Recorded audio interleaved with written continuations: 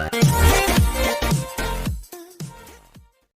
Friends, welcome to my YouTube channel Saraswati commerce academy. तो friends, आज हम करने वाले हैं अपना अकाउंट्स का बहुत ही इंपॉर्टेंट चैप्टर। ठीक है, हमारा आज का जो चैप्टर है वो है चैप्टर नंबर 15 और उसका नेम है बैंक रिकॉन्सिलिएशन स्टेटमेंट। ठीक है, इस चैप्टर की अगर हम शॉर्ट फॉर्म में बात करें तो इसका नेम है BRS। ठीक है, B स्टैंड्स फॉर बैंक, ठीक है, R stand for reconciliation, S stand for हमारी स्टेटमेंट। ठीक है, तो हम बैंक रिकॉन्सिलिएशन स्टेटमेंट्स के बारे में आज हम डिस्कस करेंगे। आज हम अपना पूरा चैप्टर जो है इस वीडियो सेशन में पूरा कवर कर देंगे। ठीक है, आपके सिलेबस में जितना भी मतलब ये चैप्टर दिया हुआ है, ये चैप्टर नंबर 15, आज हम उसका सारा का सारा जो पार्ट है वो आज हम इसी वीडियो लेक्चर में ही कंप्लीट करेंगे। जैसे कि इसका मीनिंग क्या है, बैंक रिकॉन्सिलिएशन स्टेटमेंट होता क्या है, ठीक है, और इसी तरीके से इसके कुछ रूल्स के बारे में डिस्कस करेंगे और किस तरीके से इसमें डिफरेंस रह जाते हैं वो डिस्कस करेंगे। फॉर्मेट और प्लस एक क्वेश्चन हम इसका डिस्कस करेंगे। आपको ये पूरा चैप्टर जो है अच्छे से समझ में आ जाएगा। ठीक है, तो फ्रेंड्स, अगर आप चैनल पे न्यू है तो चैनल को आप प्लीज सब्सक्राइब कर दीजिए, वीडियो को लाइक कर दीजिए और अपने फ्रेंड सर्कल में वीडियो को जरूर शेयर कीजिएगा। ठीक है, अब चलिए स्टार्ट करते हैं। बैंक रिकॉन्सिलिएशन स्टेटमेंट क्या होता है। ठीक है, अब देखिए, आपकी जितनी भी फर्म्स होती हैं, ठीक है, वो क्या करके रखती हैं, बैंक में अपना एक करंट अकाउंट ओपन करा के रखती है।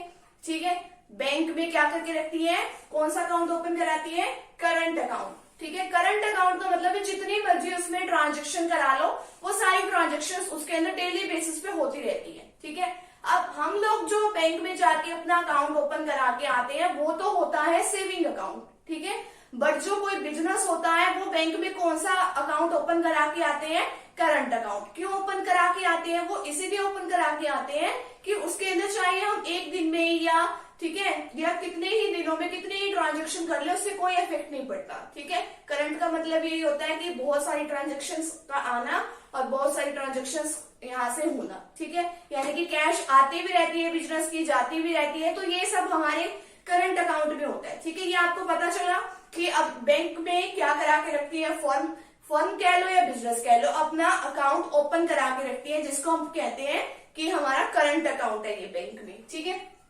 अब आपको साथ में पता है कि जो फर्म है, ठीक है, या फिर जो हमारा बिजनेस है, वो क्या करके रखती है, वो कैश बुक में अपना बैंक कॉलम भी बना के रखती है। आपने सब्सिडरी बुक्स में पढ़ा होगा कि हमारी सब्सिडरी बुक में फर्स्ट जो मेन इंपॉर्टेंट बुक है वो क्या है, कैश बुक। कैश बुक में हमने सीखा था कि सिंगल कॉलम, ठीक है, सिंगल कॉलम में कैश वाला आता था और डबल कॉलम में कैश और बैंक दोनों का ही कॉलम होते थे उसके अंदर। ठीक है, तो उसमें भी एंट्री करती है साथ में। ठीक है, बैंक भी कहाँ पे एंट्री होती है, आप मतलब कि बैंक जो है आपका एक अलग से सेपरेट अकाउंट जो है, लेजर कह लो, ठीक है, वो सारी ट्रांजेक्शंस उसके अंदर रिकॉर्ड करता है। और फर्म के अंदर, यानी कि देखो, हमारे बिजनेस में बहुत सारी बैंक से ही ट्रांजेक्शंस होती है। ठीक है, हमने किसी को चेक दे दिया, किसी का चेक हमारे पास आ रहा है, तो दोनों तरफ वो रिकॉर्डिंग होती है। बैंक अपनी अलग रिकॉर्डिंग करता है और जो हम है बिजनेसमैन है वो अपनी अलग रिकॉर्डिंग करेगा। ठीक है, बट उन दोनों की रिकॉर्डिंग जो है बिल्कुल सेम होनी चाहिए।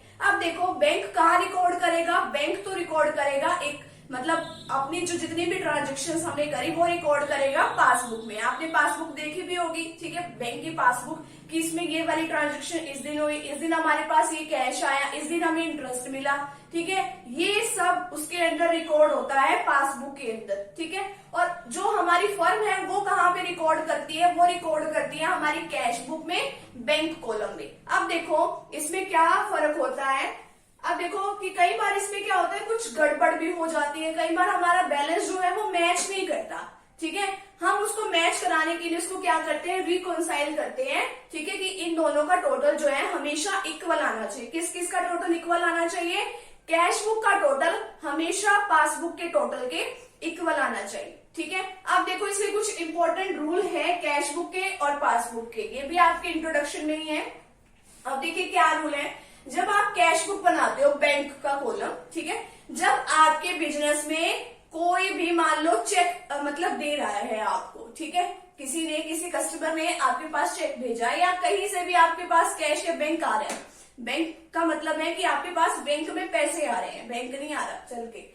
अब आपके पास पैसे आए तो जब भी आपके बिजनेस में बैंक के थ्रू, ठीक है, किसी ने चेक से पेमेंट कर दी तो आप क्या करते हो, तो आप तो अपनी अलग बुक्स में एंट्री करोगे, कैश बुक में, बैंक के कॉलम में। जब आपके बिजनेस में कैश आएगी तो आप उसको क्या करोगे, डेबिट करोगे। डेबिट बैलेंस यानी कि आपका पॉजिटिव बैलेंस होता है। और जब आपके बिजनेस से यानी कि कैश चली जाएगी, यानी कि बैंक जो है, बैंक के थ्रू आप कहीं पेमेंट कर रहे हो, ठीक है, बैंक के थ्रू आप कहीं पेमेंट कर रहे हो, तो वो कौन सा बैलेंस है, आप कौन सी साइड में रिकॉर्ड करते हो, उसको क्रेडिट साइड में। आपने कैश बुक वाला अगर चैप्टर समझा है तो ही आपको ये अच्छे से समझ में आएगा। अगर अभी तक नहीं समझा है तो आप डिस्क्रिप्शन बॉक्स में जाइए, आपको वहां प्लेलिस्ट में लिंक मिल जाएगा, ठीक है, इस चैप्टर का, कैश बुक वाले का। आप देखिए, उसको अच्छे से समझिए, ठीक है। आप देखो कि कैश बुक में क्या रूल होता है कि जब भी कैश या बैंक आपके पास आते हैं तो आप उसको डेबिट करते हो, यानी कि डेबिट साइड में रिकॉर्ड करते हो। और जब भी आपके बिजनेस से कैश या बैंक बैलेंस कम होता है, आप उसको कहाँ रिकॉर्ड करते हो, क्रेडिट साइड में। यही सेम ट्रीटमेंट हमारी पासबुक में भी रिकॉर्ड होती है। कैश बुक वाला तो काम कौन करता है, हमारा बिजनेसमैन करता है। अब पासबुक वाला काम कौन करेगा, बैंक रिकॉर्ड करेगा। अब देखो आपके पास इसमें भी डेबिट बैलेंस होता है, क्रेडिट बैलेंस होता है, बट इसका रूल जो है इसके अपोजिट है।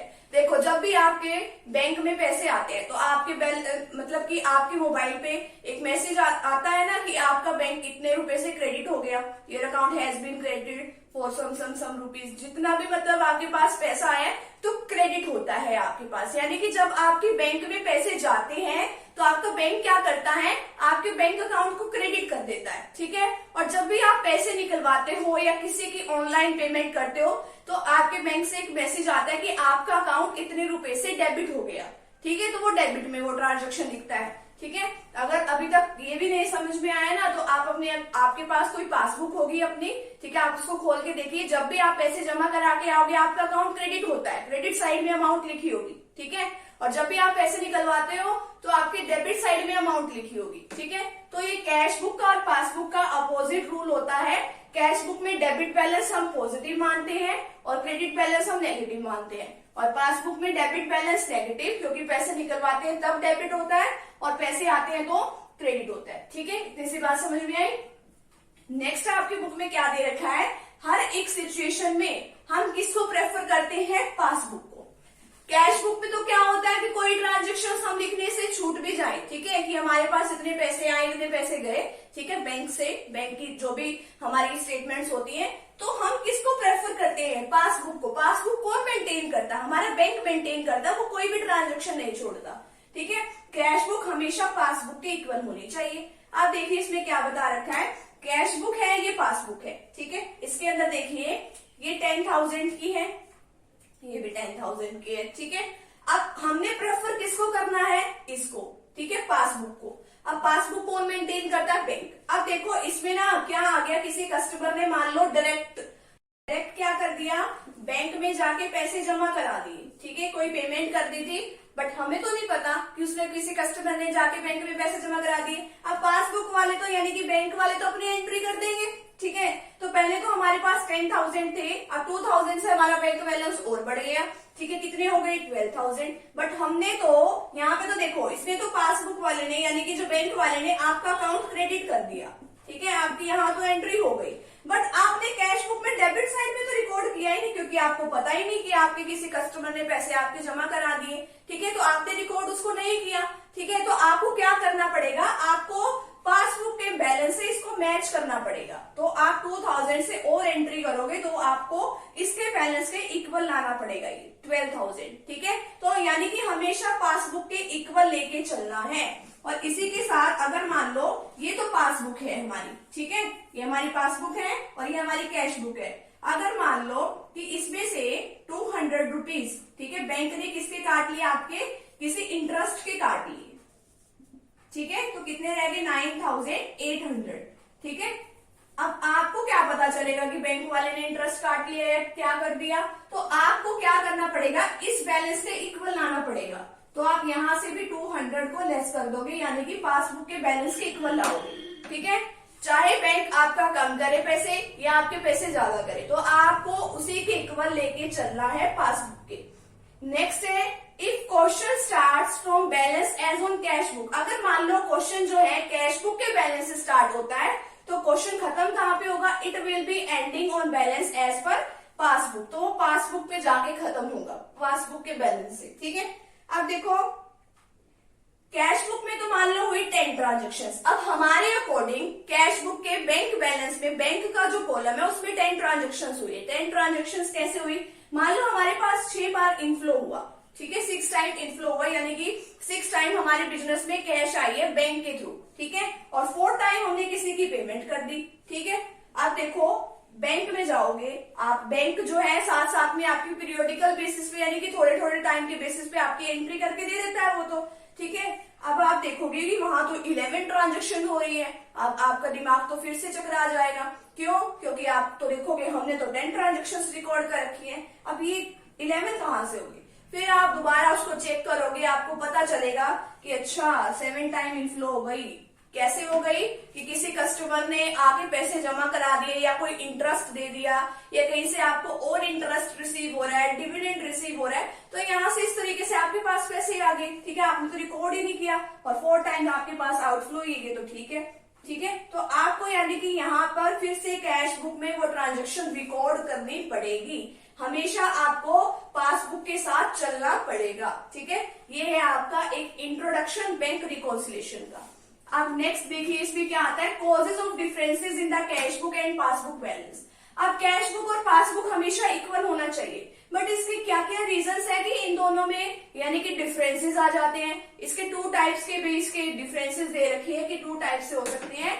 Differences caused by time gap in recording transactions, की टाइम का गैप हो जाता है कि हम मान लो उसमें तो रिकॉर्डिंग कर लेते हैं, ठीक है, कैश बुक में मान लो हमने रिकॉर्डिंग कर ली या फिर पासबुक में रह गई या फिर अचानक से पासबुक में कोई एंट्री जनरेट हो गई, हमें पता ही नहीं चला, हमने इसमें नहीं रिकॉर्ड करी, तो टाइम का गैप हो जाता है ये कई बार, और कई बार हमारे से कुछ एरर्स हो जाती हैं। तो इसको 1 बाय 1 पहले तो इसको डिस्कस करते हैं कि टाइम गैप के रीजन, टाइम गैप का क्या रीजन है इसमें, ठीक है।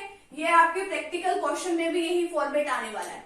अब फर्स्ट देखिए आप, इसमें दे रखा है चेक इशूड। हमने चेक इशू किया, किसको इशू किया? चेक इशू कब करते हैं? जब हमें किसी की पेमेंट करनी होती है तब इशू करते हैं।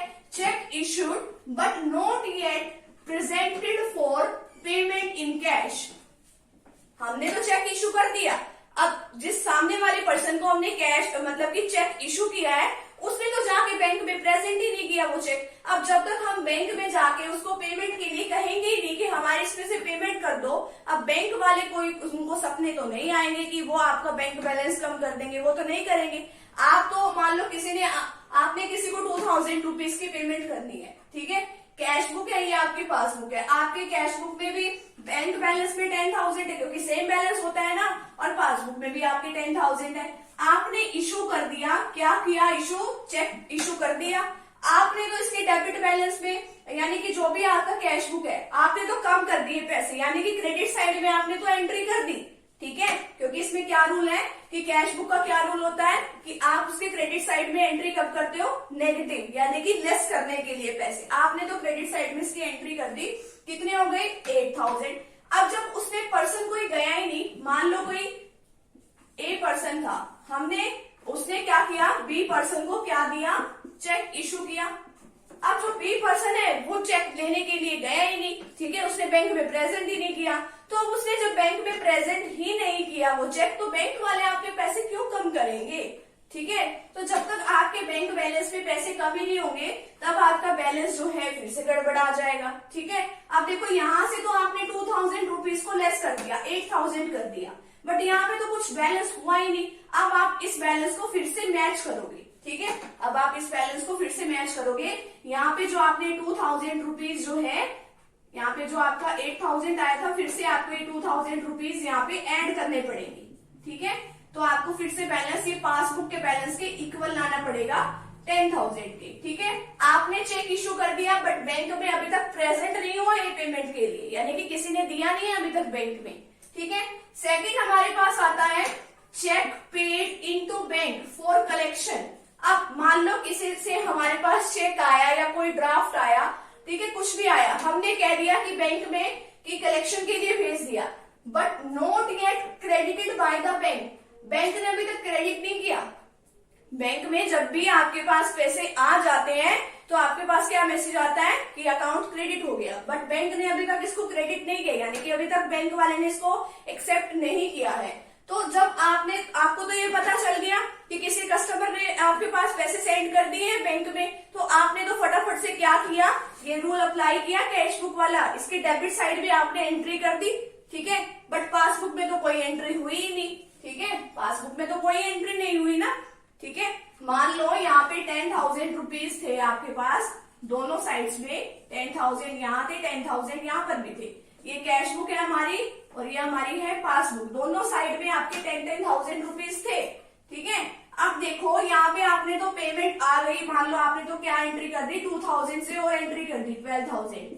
अभी तक बैंक ने इसको एक्सेप्ट कर किया, क्रेडिट कर किया आपके अकाउंट में, ठीक है। क्रेडिट नहीं किया ना, यहाँ पे कुछ और बढ़ाए तो नहीं आपके पैसे, तो आपको क्या करना पड़ेगा, तो इस बैलेंस के ही इक्वल लाना पड़ेगा पासबुक के, क्योंकि हमेशा पासबुक को प्रेफर किया जाता है, कैश बुक को प्रेफर नहीं किया जाता, ठीक है। तो आपको क्या करना है, ये 12,000 को फिर से कम कर देना है 2,000 से, क्योंकि फिर इसका बैलेंस किसके इक्वल आ जाएगा, 10,000 के इक्वल आ जाएगा। तो इस तरीके से करते हुए आपने चलना है, ठीक है। नेक्स्ट देखिए, cheque paid into the bank. हमने चेक पे किया है बैंक में, ठीक है, पे कर दिया for collection, but dishonoured bye the bank, but bank ने तो उसको डिसऑनर्ड कर दिया, ठीक है। पे किया है हमने बैंक में, बट बैंक ने उसको क्या कर दिया, डिसऑनर कर दिया। आपने तो अपनी कैश बुक में एंट्री कर दी, ठीक है, अपना बैंक बैलेंस जो है कम ज्यादा कर दिया, बट पासबुक पे तो कुछ एंट्री करी ही नहीं, ठीक है। तो फिर से आपको पासबुक के बैलेंस के इसको इक्वल लाना पड़ेगा, डिसऑनर्ड हो गया है क्योंकि आपका। अब नेक्स्ट है आपके पास interest allowed by the bank. अब देखो कई बार क्या होता है कि मान लो आपका 10,000 का ही वो, हम फिर से एग्जांपल ले लेते हैं, ये कैश बुक है हमारी, ये हमारी पासबुक है, ठीक है। अब बैंक ने आपका 200 से वो कर दिया, इंटरेस्ट दे दिया, ठीक है। कितने हो गए, 10,200 हो गए। अब आपको क्या सपने आ रहे हैं कि बैंक ने आपको इंटरेस्ट दे दिया, आपने तो कैश बुक में कुछ एंट्री करी ही नहीं। अब आप क्या करोगे, फिर से इस बैलेंस को जब आपके पास पासबुक आएगी, ठीक है, एंट्री होगी उसके अंदर, तो आप देखोगे कि यहाँ पे इंटरेस्ट आपको अलाउ हो चुका है, तो आपको फिर से इसके बैलेंस के इक्वल लाना पड़ेगा। इक्वल कैसे आएगा, आपको 200 इसके अंदर ऐड करने पड़ेंगे, ठीक है, तो आपका इक्वल आ जाएगा, ठीक है। अब देखो इसी तरीके से interest charge by the bank on overdraft. Overdraft क्या होता है, सबसे पहले तो आप ये समझिए, कई बार आपके बैंक में इतने पैसे नहीं होते जितनी आपको जरूरत होती है, ठीक है।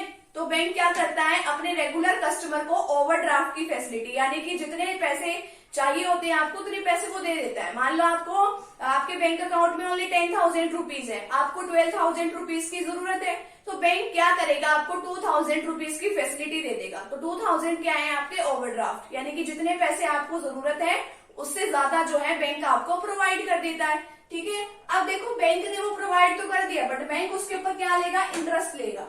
तो जैसे आपको इंटरेस्ट मिलने का नहीं पता चला, तो वैसे जब ये इंटरेस्ट काट लेगा यहाँ से, मान लो 200 रुपीज का इंटरेस्ट कट गया है यहाँ से, तो कितना बैलेंस रह गया, 9,800, ठीक है, ये वाला बैलेंस रह गया आपके पास। अब आपको नहीं पता कि आपका इंटरेस्ट कटा है कि नहीं कटा है, तो आपके पास जब भी पासबुक आएगी तो आप इस बैलेंस से आप इसको मैच करोगे 9,800 से, ठीक है। तो आपको दोनों बैलेंस फिर से इक्वल करने पड़ेंगे, यानी कि आपको कैश बुक जो है वो भी 200 से कम करनी पड़ेगी।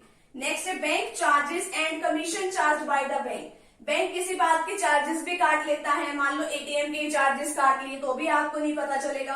किसी कस्टमर ने आपके पास डिपॉजिट करा दिए डायरेक्ट बैंक में, आपको पता ही नहीं चला, आपके पैसे बढ़ गए, ठीक है, 10,000 से 2,000 और हो गए, 12,000 आपकी पासबुक में हो गए, आपकी कैश बुक में कितने अभी तक 10,000 है। फिर आप देखोगे ओहो किसी कस्टमर ने डिपॉजिट कराए हैं, फिर आप यहाँ पे कैश बुक में फिर से एंट्री करोगे 2,000 से, तो फिर आपके 12,000 हो जाएंगे, ठीक है। Interest and dividend collected by the bank. अब देखो इंटरेस्ट, मान लो आपने कहीं डिबेंचर्स वगैरह ले रखे हैं, ठीक है, तो डिबेंचर्स के ऊपर आपको इंटरेस्ट मिलता है, शेयर्स के ऊपर आपको डिविडेंड मिलता है, तो वो बैंक के पास ही आ जाते हैं, ठीक है, आपके पैसे जो है बैंक में डिपॉजिट हो जाते हैं सीधा, तो आपको पता नहीं चलता। तो आप कैश बुक में तो आप बढ़ाते ही नहीं हो बैलेंस, ठीक है, डेबिट साइड में आप उसकी एंट्री करते ही नहीं हो, और पासबुक में आपकी क्रेडिट साइड में एंट्री हुई होती है, ठीक है। तो इस वजह से भी ये कुछ सिस्टम जो है आपका गड़बड़ा जाता है, तो आपको फिर से इसको इक्वल लाना पड़ता है। हमेशा आपका जो यहाँ का जो बैलेंस है वो इक्वल आना चाहिए। अगर आप कैश बुक में डेबिट साइड में एंट्री करते हो, ठीक है, तो आपकी पासबुक में भी क्रेडिट साइड पे एंट्री होनी चाहिए, ठीक है। अगर आप कैश बुक में यानी कि बैंक कॉलम में क्रेडिट साइड में एंट्री करते हो यानी कि कैश चला गया, ठीक है, तो आपकी यहाँ पर भी कोई एंट्री होनी चाहिए, पासबुक में भी एंट्री आपकी होनी चाहिए, यानी कि यहाँ पे डेबिट बैलेंस में भी एंट्री होनी चाहिए, ठीक है। अब देखो कई बार एरर्स क्या हो जाती है, errors committed in recording transaction by the firm. अब देखो कई बार क्या होता है, चेक आपने इशू तो कर दिया क्रेडिटर को, ठीक है, बट आप कैश बुक में लिखना ही भूल गए, ठीक है, आपने इशू तो कर दिया बट आप लिखना भूल गए, आपने यहाँ से लेस नहीं किया क्रेडिट साइड से आपने कैश बुक में, ठीक है।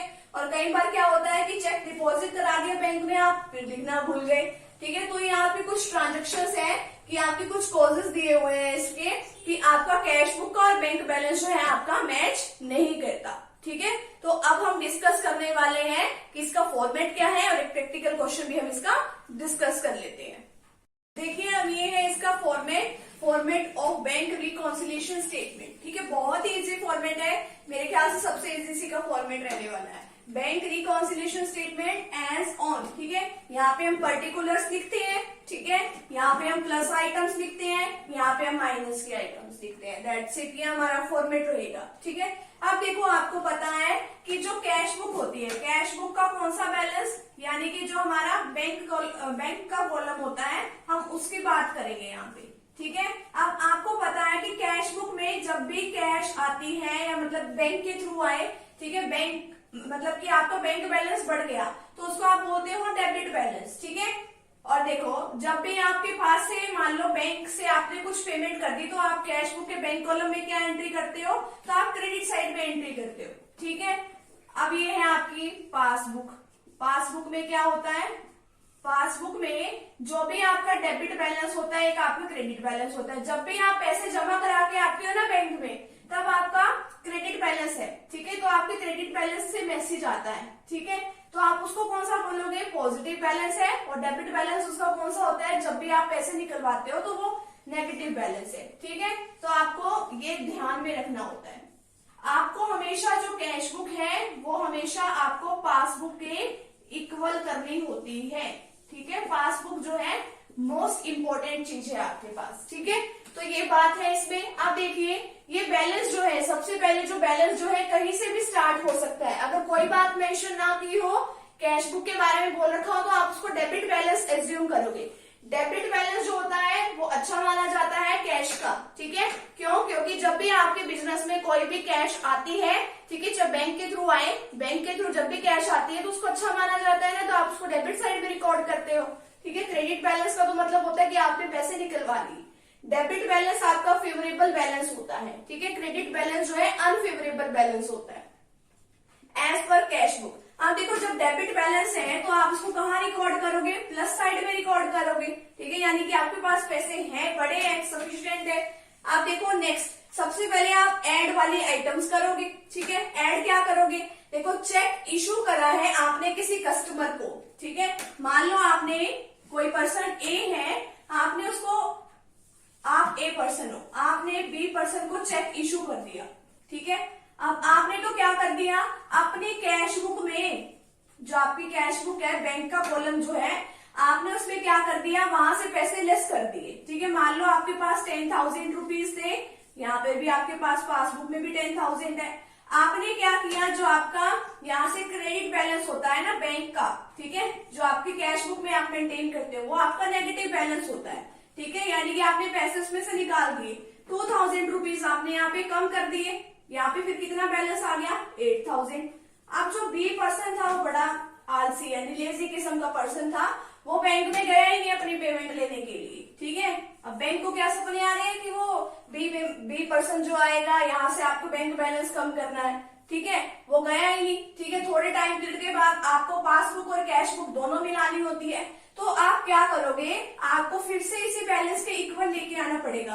तो इक्वल लाने के लिए आपको क्या करना पड़ेगा, 2,000 से आपको ये बैलेंस ऐड करना पड़ेगा 10,000 बनाने के लिए। तो दैट्स वाई आप इसको ऐड में लिखते हो, ठीक है, कि जब आप कैश जो है, जो चेक जो है इशू तो कर देते हो बट वो प्रेजेंट नहीं किया जाता पेमेंट के लिए, ठीक है।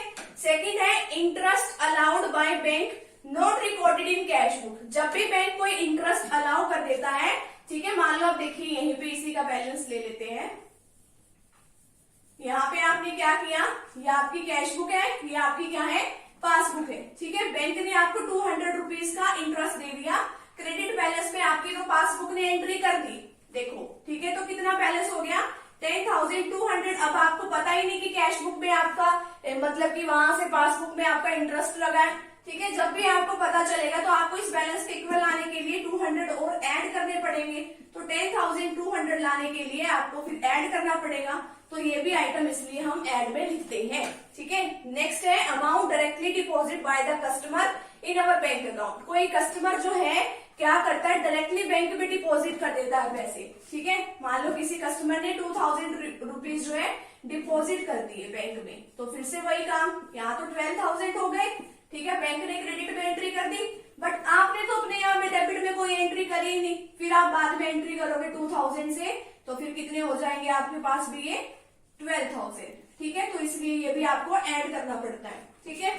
अब नेक्स्ट है आपको क्या क्या चीजें लेस करनी पड़ती है, चेक पेड इनटू बैंक। अब आपने चेक पे किया, बैंक में लगाया है, किसके लिए, कलेक्शन के लिए, किसी से आपके पास चेक आया होगा, ठीक है। बट बैंक ने अभी तक क्रेडिट नहीं किया। आपने यहाँ पे रूल पढ़ रहे हो कि बैंक जो है जब आपके पैसे मतलब कि आपका चेक जो है तभी एक्सेप्ट करता है जब वो अपने उसमें क्रेडिट साइड में लिख देता है, आपके लेजर में, आपकी पासबुक में वो क्रेडिट में एंट्री कर देता है। बट अभी तक बैंक ने वो वाला काम नहीं किया है, ठीक है। और आपको पता है कि किसी कस्टमर ने पैसे दे दिए, आपने फटाफट से क्या किया, कैश बुक के डेबिट साइड में रिकॉर्डिंग कर ली, ठीक है। अब देखो ये आपकी कैश बुक है और ये आपकी पासबुक है, 10,000 का ही वही एग्जाम्पल ले लेते हैं। आपको पता है कि किसी कस्टमर ने पैसे देने हैं 2,000 रुपीज, आपने यहाँ पे एंट्री कर ली डेबिट साइड में। डेबिट साइड में एंट्री करते हो ना जब आपके पास आ जाते हैं, तो 12,000 आपने बैंक में लगाया, ठीक है। बैंक ने अभी तक उसको एक्सेप्ट नहीं किया, बैंक का बैलेंस वही 10,000 है। आपको फिर से ये बैलेंस इसके इक्वल लाना पड़ेगा 10,000 के, जो आपने 12,000 किया है। फिर आपको बैलेंस इक्वल लाने के लिए 2,000 इसमें से लेस करने पड़ेंगे ना, तो कितने हो जाएंगे ये 10,000। तो अब ये 10,000 के इक्वल लाने के लिए तो इसको माइनस करना पड़ेगा, ठीक है।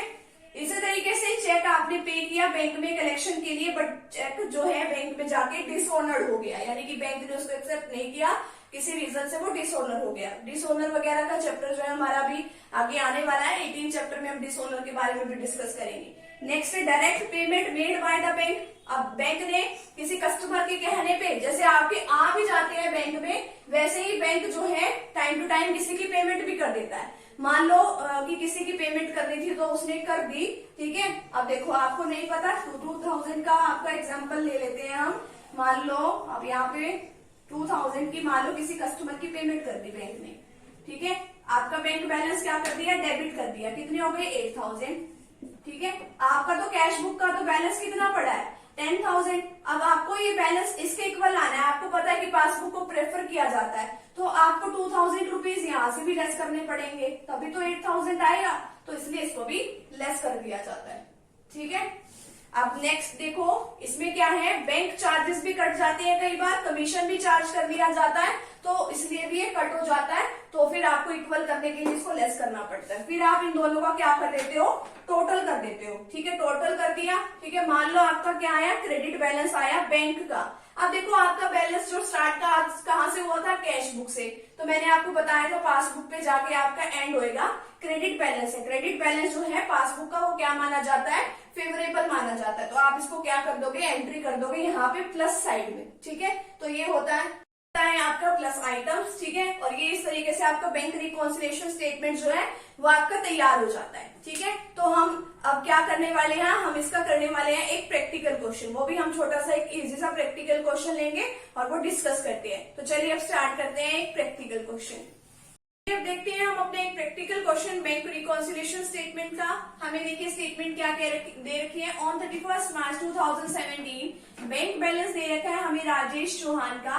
और इसमें देखो बैंक बैलेंस है, ये कैश बुक में है, ठीक है। कैश बुक में ही होता है ना बैंक का कॉलम भी साथ में। 17,280 डेबिट बैलेंस आपका दे रखा है। और आपको फिर बाद में डेबिट मतलब कि आपको क्या करना है कि जो आपका कैश बुक का बैलेंस है और जो आपका पासबुक का बैलेंस है, आपको कंपेयर करना है आपस में कि हाँ आपस में मतलब वो मिल भी रहा है या नहीं, मैच हो रहा है कि नहीं, रिकॉन्साइल करना है यानी कि आपको, आपको फॉर्मेट इसका आता है particular, plus item, minus items. अब देखो डेबिट बैलेंस जो होता है वो आपका पॉजिटिव बैलेंस माना जाता है कैश बुक का। क्यों माना जाता है? क्योंकि जब भी आपके बिजनेस में कोई कैश आती है, बैंक से रिलेटेड कोई कैश आई है आपके बिजनेस में, तो आप उसको क्या करोगे, हमेशा क्या करते हो, उसको कहाँ लिखते हो, डेबिट साइड में रिकॉर्ड करते हैं, यानी कि आपका पॉजिटिव बैलेंस है तो आप इसको यहाँ पे भी किस में लिख दोगे, प्लस आइटम्स में लिख दोगे 17,280। अब देखिए फर्स्ट आपके पास क्या बोल रखा है, चेक है फॉर ₹8,400 सेंट फॉर कलेक्शन। अब देखो आपने कलेक्शन के लिए भेजा, ठीक है, यानी कि आपको ये था कि मेरे पेमेंट आ जाएगी, ठीक है, आपने बैंक में कलेक्शन के लिए भेजा, have not been cleared by the bank so far, मतलब अभी तक बैंक ने क्लियर ही नहीं किया। अब हमने तो सोचा था कि बैंक से हमें पेमेंट मिलेगी, ठीक है, कि हमारी पासबुक में भी एंट्री हो जाएगी। जब आपको पता है कि एक आपकी कैश बुक है, ठीक है, एक आपकी पासबुक है, ठीक है, आपकी दो वो है, तो 10,000 से मान लो आपकी दोनों चीजें हैं, 10,000 से, ठीक है। अब आपको ये था कि 8,400 से आपकी पेमेंट आ जाएगी, आपने कैश बुक में डेबिट साइड में एंट्री कर दी बैंक के कॉलम में, ठीक है, आपने तो इसका बैलेंस बढ़ा दिया, 18,400 कर दिया, बट बैंक ने तो अभी तक ये क्लियर ही नहीं किया, नहीं किया ना क्लियर, अभी तक कुछ कहा है इसने कि बैंक ने क्लियर कर दिया। तो आपको पता है कैश बुक का बैलेंस जो है पासबुक के बैलेंस के इक्वल लाना होता है, तो आप फिर से इसको इक्वल लाने के लिए क्या करोगे, 10,000 पे कैसे लेके आओगे, इसमें से 18,400 में से फिर आपको ये जो अमाउंट है आपने जो ऐड करी इसको दोबारा लेस कर दोगे, ठीक है। तो आपको क्या करना पड़ेगा, cheque send for collection but not yet clear, तो आपको ये माइनस में लिखना पड़ेगा, माइनस के आइटम्स में। समझ में आया क्यों लिखा है, क्योंकि आपने कलेक्शन के लिए भेजा बट अभी तक बैंक ने उसको वो नहीं किया, क्लियर नहीं किया, ठीक है, पासबुक में कोई एंट्री नहीं की, आपने कैश बुक में कर दी, ठीक है। कैश बुक का बैलेंस कम करने के लिए आपको वो क्या करना पड़ेगा, माइनस में करना पड़ेगा, ठीक है। ये आपने एंट्री करनी है, फर्स्ट हो चुकी है आपकी। सेकंड देखो, चेक आपने इशू कर दिया, किसी को मान लो आपने पेमेंट करनी थी, ए ने बी को चेक इशू कर दिया, but not yet presented for payment ₹5,600। अगर हम इसमें भी यही लेके चले, ठीक है, कैश बुक और पासबुक वाला एग्जाम्पल, ए ने क्या किया, बी को 5,600 का चेक दे दिया। अब ये देखो ये हमारी कैश बुक है और ये हमारी क्या है, पासबुक है, ठीक है, ये 10,000 से है, ये भी 10,000 से है, पासबुक भी आपकी 10,000 से है, ठीक है। अब देखो इसने तो क्या किया, पेमेंट तो कर दी, अपनी कैश बुक में से बैलेंस तो कम कर दिया, कितना कम कर दिया, 5,600 से, ठीक है। अब जब इसने तो बैलेंस कम कर दिया, ठीक है, इसका तो बैलेंस कम हो कितना रह गया, 4,400। अब लेकिन वो तो बैंक में गया ही नहीं, बी तो पर्सन जो है वो गया ही नहीं बैंक में। अब बैंक तो क्या कहेगा, अब मैं इसकी पेमेंट ऐसे थोड़ी कम कर दूंगा, जब कोई आया ही नहीं मेरे पास लेने के लिए तो बैंक उसके पैसे कम नहीं करेगा। तो फिर से आपको क्या करना पड़ेगा, ये जो पासबुक के बैलेंस के इक्वल लाना पड़ेगा। पासबुक का बैलेंस कितना है, 10,000 का, तो यानी कि आपको ये दोबारा अमाउंट क्या करनी पड़ेगी, ऐड करनी पड़ेगी। तो आप क्या लिखोगे, cheque issued but not been presented for payment, तो आप इसको ऐड कर दोगे, ठीक है। ये समझ में आई बात। नेक्स्ट है आपका, there is a debit of ₹80 in the passbook, passbook में डेबिट कर दिया। अब आपको पता है कि जब भी आपके अकाउंट में, ठीक है, क्रेडिट होता है तो यानी कि आपके बैंक अकाउंट में पैसे जाते हैं, और डेबिट का होता है जब आपके बैंक अकाउंट से पैसे निकलते हैं। अब डेबिट है, ठीक है, आपके बैंक अकाउंट से पैसे निकल गए, आपको नहीं पता, आपने कैश बुक में से उसको कम नहीं किया ना, तो अब आपको क्या करना पड़ेगा, कैश बुक में से आप उसको कम कर दोगे, यानी कि आप इसको नेगेटिव साइड में लिखोगे। बैंक चार्जेस डेबिटेड कर देने हैं आपने ₹80 से। अब नेक्स्ट देखिए, बैंक हैज क्रेडिटेड, बैंक ने क्रेडिट कर दिए, किसने क्रेडिट किए, 240 से फॉर इंटरेस्ट, इंटरेस्ट लग गया, आपको पता है टाइम टू टाइम इंटरेस्ट लगता है, तब इंटरेस्ट का कोई मैसेज नहीं आता, ठीक है, पासबुक में। अब देखो आपकी पासबुक में एंट्री हो चुकी है, क्रेडिट हो गए, ठीक है। अब आपको कैश बुक में भी तो एंट्री करनी थी ना डेबिट साइड में कि आपके पास पैसे आए हैं, आपने तो वो एंट्री अभी नहीं की, आपको कैश बुक का बैलेंस जो बढ़ाना पड़ेगा, तो आप उसको इंक्रीज कर दोगे, कितने से, 240 से आपने इसको इंक्रीज कर दिया। अब नेक्स्ट है, कस्टमर ने डिपॉजिट करा दिए ₹2,000 डायरेक्ट इसके बैंक अकाउंट में, ठीक है। अब देखो उसने, कस्टमर ने डिपॉजिट करा दिया, आपकी पासबुक का तो बैलेंस बढ़ा हुआ है बट आपकी कैश बुक का तो बैलेंस नहीं बढ़ा ना, तो आपको उसको भी इंक्रीज करना है, तो आप उसको भी इंक्रीज कर दो 2,000 से, ठीक है। अब नेक्स्ट है, according to standing orders of Rajesh Chauhan bank ने क्या किया, कुछ फॉलोइंग पेमेंट्स कर दी। क्लब फी दे दी 500 की, लाइफ इंश्योरेंस प्रीमियम दे दिया 2500 का। अब ये तो आपकी पासबुक में से तो ये बैलेंस कम हो गया ना, जब बैंक ने खर्चे कर दिए, बैंक उसमें से तो कम कर देगा ना। अब आपको नहीं पता ये खर्चे हो गए हैं, तो आपको भी कैश बुक में खर्चे करने पड़ेंगे। क्रेडिट साइड में बैंक कॉलम के लिखना पड़ेगा, माइनस करना पड़ेगा। तो आप इसको माइनस आइटम्स में लिख दो, ठीक है, कि आपने क्लब की फी करी है और लाइफ इंश्योरेंस प्रीमियम पे करा है, ठीक है। दोनों साइडों का टोटल करो, देखो 25,120, यहाँ पे आए 11,408, ठीक है। अब देखिए ये है आपका 25,120, ये है आपका 11,480, ठीक है। अब आपको देखना है कि कौन सा बैलेंस ज्यादा है, आपका पॉजिटिव बैलेंस ज्यादा है, ठीक है। पॉजिटिव बैलेंस ज्यादा का मतलब है कि आपका, अब देखो कहाँ से स्टार्ट हुआ था, कैश बुक का, अब देखो अब ये एंड कहाँ पे होगा, पासबुक से, ठीक है। तो अगर पॉजिटिव बैलेंस ज्यादा आता है तो यानी कि वो बैंक का कौन सा बैलेंस है, क्रेडिट बैलेंस है। तो क्रेडिट बैलेंस कितने रुपए से ज्यादा है, 13,640 से। तो ठीक है, तो आज हमारा जो है बैंक रिकॉन्सिलिएशन स्टेटमेंट का यहाँ पे जो चैप्टर है वो फुली कंप्लीट हो जाता है, ठीक है। आज के चैप्टर में हमने सब कुछ डिस्कस कर लिया है, फॉर्मेट भी डिस्कस कर लिया, इसके डिफरेंसेस भी, इसका मीनिंग भी हम सब कुछ डिस्कस कर चुके हैं। उम्मीद है मुझे आप सभी को ये चैप्टर समझ में आ गया होगा, ठीक है। नेक्स्ट वीडियो सेशन में हम 16 चैप्टर जो है डेप्रिसिएशन का वो डिस्कस करेंगे, ठीक है। तो मिलते हैं फ्रेंड्स नेक्स्ट टॉपिक के साथ, नेक्स्ट वीडियो के साथ। Thank you very much.